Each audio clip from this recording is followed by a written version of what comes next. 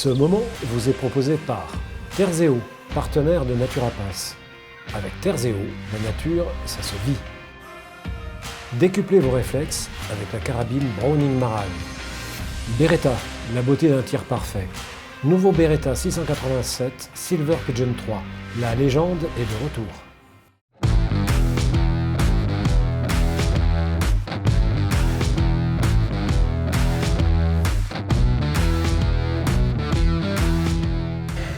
Bien, J'aime la chasse est toujours au Salon des Ruralités à Compiègne et nous avons le plaisir, l'honneur et l'avantage de recevoir Willy Schren, le président de la Fédération nationale des chasseurs de France.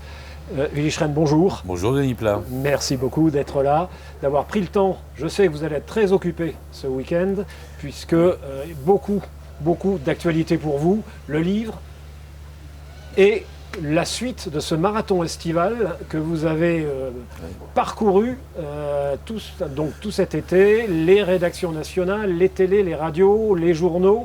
Vous avez défendu, promu la chasse française qui est un peu dans un cycle de tourmente en ce moment. Mais ce que j'aimerais aujourd'hui, c'est que nous parlions non pas de toute cette actualité un petit peu tristounette et parfois un peu énervante, mais que nous parlions de chasse, de chasseurs et que nous nous adressions aux chasseurs. Vous en êtes d'accord, Président ? Avec grand plaisir, ça va me changer un peu. Voilà, ça va changer un petit peu du discours que vous avez été obligé de tenir de manière indispensable, évidemment, parce que notre passion, notre mode de vie, et je dirais même notre civilisation, parce que ça va jusque-là, je crois, sont attaqués. Donc on va oublier tout ceci et on va parler de choses qui nous plaisent, de choses qu'on aime, c'est-à-dire de la chasse et des chasseurs. Combien de chasseurs en France, Président ? 1 30 000. 1 30 000. C'était en baisse, je crois qu'on a eu une petite remontée l'année dernière. On a eu un petit soubresaut, mais on est, faut dire comme c'est relativement inquiet cette année. Bon, j'ai peur que le Covid décourage une partie de nos chasseurs. Donc si je voudrais leur dire d'ailleurs un petit mot là-dessus, surtout de ne pas avoir peur d'aller à la chasse. La chasse, on est dans la nature, que ce soit à la bilbode, au chien d'arrêt, que ce soit en battu au sanglier, il n'y a aucun problème. On est dans la nature, donc nous chasserons, il n'y a aucun problème avec ça. Il y aura juste un petit peu de bon sens et de choses à mettre en place, ne pas se retrouver à 80 dans un pavillon de 30 mètres carrés pour manger après la chasse, des choses comme ça, mais du bon sens, on sait faire. C'est nous qui avons inventé le concept, donc il n'y a pas de problème. Et puis les fédérations départementales sont en train de diffuser énormément d'affiches et de conseils pour les chasses collectives. On en a retransmis un certain nombre, nous, sur nos réseaux sociaux. C'est simple, c'est facile à mettre en œuvre. Les chasseurs peuvent et doivent aller chasser, bien entendu. Il y a une passion à assouvir. Et je dirais que chasser aujourd'hui devient un acte militant ou presque. Exactement. Voilà. Et nous sommes dans une terre de vénerie. Et la vénerie, comme le dit la société de vénerie, c'est un acte militant aussi. C'est vrai. Président, les chasseurs se posent beaucoup de questions. Le Covid en est une, mais ce n'est pas la plus importante. On parle par exemple de gestion adaptative des espèces. C'est-à-dire qu'on ne chasse qu'en fonction d'un nombre estimé d'animaux d'une espèce et on voit si les prélèvements peuvent être faits ou pas. Voilà le principe de la gestion adaptative. Le problème est que cette gestion adaptative doit s'adapter justement à un nombre, à une démographie d'une espèce. Qui fait les comptages et qui les prend en compte ou ne les prend pas en compte ? Comment est-ce que ça fonctionne ? Alors justement, la gestion adaptative, et on n'a pas inventé le concept en France, ou tout au moins à la FNC, c'est quelque chose qui fonctionne très bien dans d'autres parties du monde. Je pense par exemple à l'Amérique du Nord, où c'est vraiment, je dirais, le fondement de toute pratique de chasse. Et même sur les espèces migratrices. Parce que c'est là, en fin de compte, la gestion adaptative des espèces sédentaires, on la connaît. C'est le plan de chasse et le plan de gestion. Exactement. Il n'y a pas de problème. Voilà. Quand on touche à une ressource migratrice, on est sur quelque chose qui se déplace sur souvent plusieurs pays, voire plusieurs continents. Donc l'idée, c'est d'avoir une vision globale d'une ressource complète d'une espèce. Et à partir de là, la difficulté, la première qu'on a, c'est se mettre d'accord sur quantitativement quelle est la ressource. Voilà. Donc on est confronté à un problème qui, je ne vais pas dire qui m'a surpris, mais qui me déçoit, c'est que malheureusement, on est aujourd'hui beaucoup trop en France dans du militantisme, pro ou anti d'ailleurs. Oui. Nous on est du côté des pros, mais voilà, donc on n'arrive pas déjà à tomber d'accord sur un premier chiffre. C'est-à-dire, quelle est l'évolution réelle d'une population? Et à partir de là, quand on dit qu'on va adapter la chasse, c'est ça la gestion adaptée, c'est adapter la chasse, la pression de chasse, effectivement, à chaque espèce. Exactement. Le problème, c'est que si on fait ça, et uniquement ça, la chasse devient la seule valeur d'ajustement. Ça n'a aucun intérêt. C'est pas ça qui va sauver l'espèce.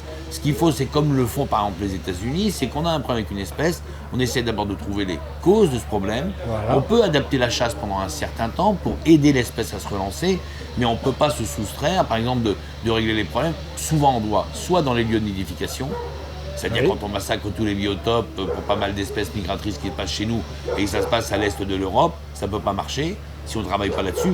Et ça ne peut pas marcher non plus si dans les zones, je dirais, d'hivernage, on est de la chasse commerciale organisée tous les jours. Je pense par exemple à la tourterelle des bois qui est le bon exemple. Voilà. À partir de là, il faut se mettre d'accord. C'est extrêmement compliqué et nous n'avons pour l'instant pas réussi à se mettre d'accord, franchement, sur ces sujets-là.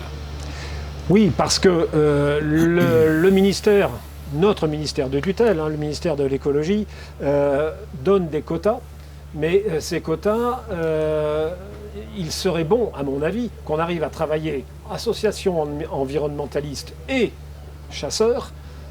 Ce n'est pas possible aujourd'hui en France. Pour l'instant, c'est pas possible. C'est dommage d'ailleurs, parce qu'on est dans des quotas aujourd'hui, il faut le dire comme ça, on n'est plus dans des quotas politiques. C'est compliqué, c'est très compliqué. Là, je prends l'exemple de la tourterelle des bois, qui est un bon exemple actuellement, que les gens vont bien comprendre, particulièrement ceux concernés par ça.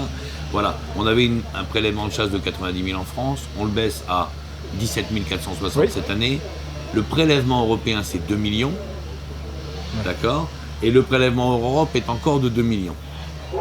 Et avec nos 17 460 tourterelles, au lieu de 90 000, on est quand même au Conseil d'État et on attaquait tous les jours. Donc ça devient incompréhensible. Alors, pourquoi c'est le bon exemple? Parce que si les chasseurs n'avaient pas planté toutes ces haies comme ils le font, principalement au nord d'ailleurs, où elles nichent beaucoup chez nous, je dirais au-dessus de la Loire, au-dessus de la Loire, énormément de tourterelles qui nichent, quand on voit les centaines de kilomètres de haies qu'on plante, donc quelque part, qu'on ait le droit d'en prélever une petite quantité, parce que 17 460 sur la population de tourterelles, c'est une toute petite quantité. Voilà, et bien ça encore on nous le reproche. Ça veut dire qu'en face de nous, on a des gens qui n'ont pas encore compris qu'il fallait se mettre à travailler avec les chasseurs, qui sont quand même aujourd'hui les gens les plus actifs sur les territoires et qui protègent au maximum cette biodiversité.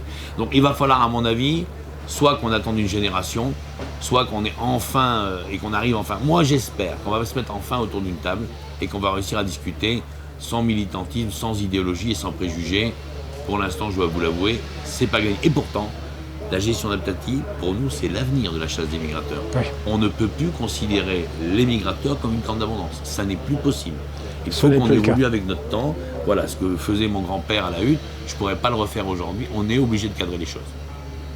Bien, donc la gestion adaptative, à condition d'arriver à trouver un terrain d'entente entre autorités de tutelle et des gens qui font des comptages, pour pouvoir ensuite gérer la ressource d'une espèce ou d'une autre.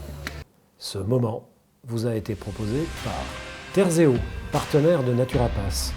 Avec Terzeo, la nature, ça se vit. Décuplez vos réflexes avec la carabine Browning Marane. Beretta, la beauté d'un tir parfait. Nouveau Beretta 687 Silver Pigeon 3, la légende est de retour.